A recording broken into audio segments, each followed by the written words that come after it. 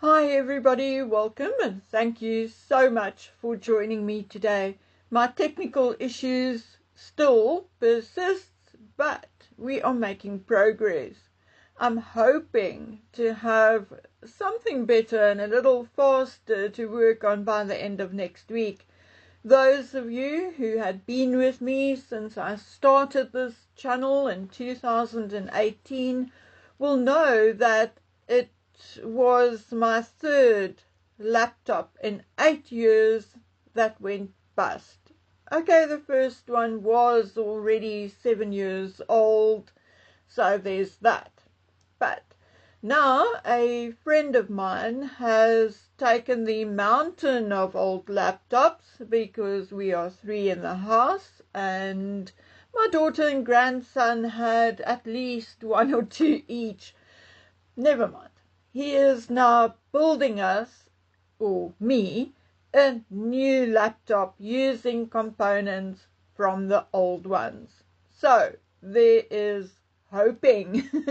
At least for this week though, we are still continuing with shorter videos.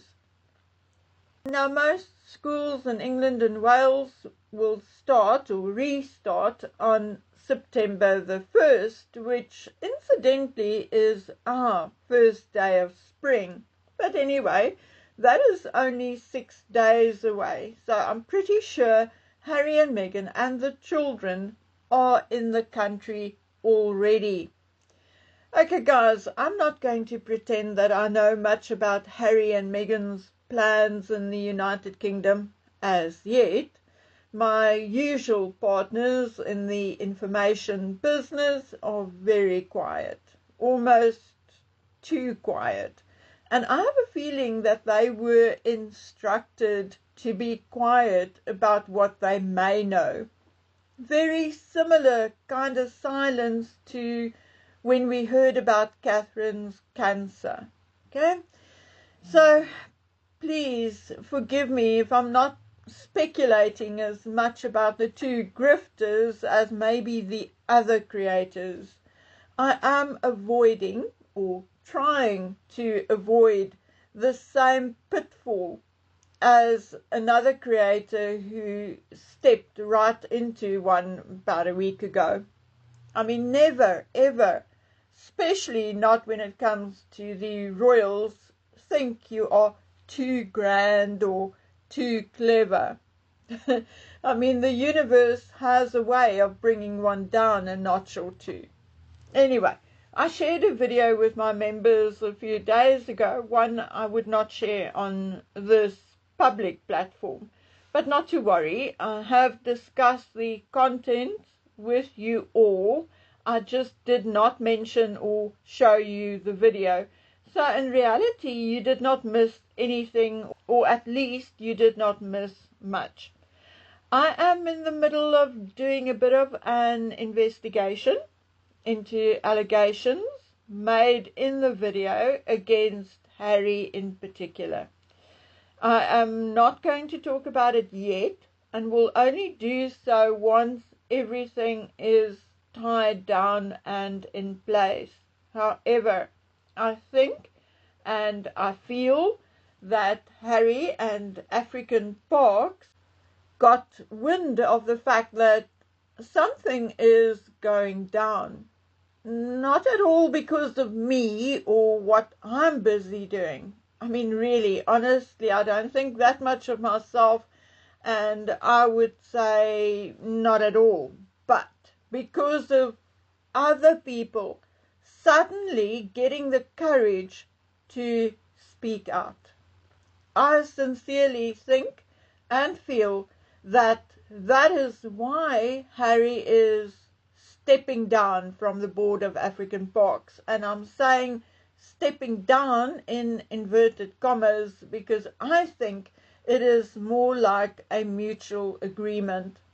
African Parks do not need the toxicity and the allegations against Harry to be associated with them. And Harry does not need the allegations lodged against African Parks to be associated with him. Having said that, I am still satisfied that the one incident in Brazzaville, Congo, had been legally and criminally dealt with. I know that experts have also been appointed to work with the local communities and to find a workable arrangement and solutions. However, a number of other matters have now come to my attention. Now, I will look at it. I will pay attention to it, and I will ask African Parks for a reply. And if I feel it's not getting enough attention, then yes, I will consider turning up the pressure. I will bring it to you guys. But remember, I'm here to talk about and deal with the royals specifically. So I may just deal with that privately and via email. I have long since learned that one cannot be everywhere and save everybody. You end up spreading yourself way too thin, and then you are no good to anyone. Now, having said that, that does not, at least in my book, apply to Harry and his conduct, his past and his current conduct. I am genuinely up to the gills of the so-called elite, and in particular the law being applied to them differently. Really, really sick of it. I'm fighting against it in my own town and my own country, and I will continue to talk about and fight against it everywhere else. If Harry thinks running back to England is going to save his hide, I can now tell you that if he has done what I was told he had done, then he will have yet another hope being dashed.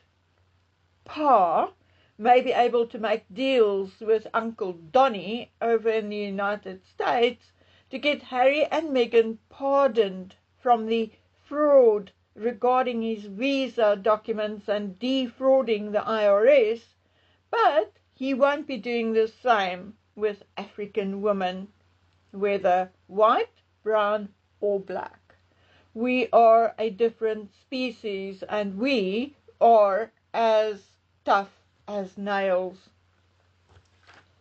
And I can promise you now that if I am to find any proof that even one of the allegations against Harry is true, then only an oval pond or tunnel will stop me. I have 2 daughters, a grandson and a little granddaughter, and I shall fight for a safer world for them right up to my dying day. Do you hear me, Harry?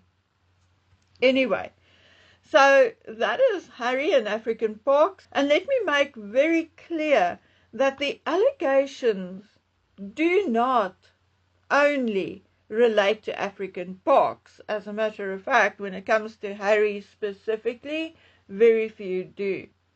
But it also relates to Sentabali and outside of African Parks and Sentabali. In the meantime, I think Charles needs to ready himself for major backlash. I hear YouTubers are still talking about security for Harry and Meghan and the children and speculating about it, blah, blah, blah. But sorry to burst your bubble, mate. I am 98% sure that has already been arranged and sorted out. I do believe that Harry will receive some sort of state-assisted security if he does not already have it, which I certainly believe he does. Yes, I am calling the palace and Ravik liars. So there, sue me. Or what else are they going to do about it?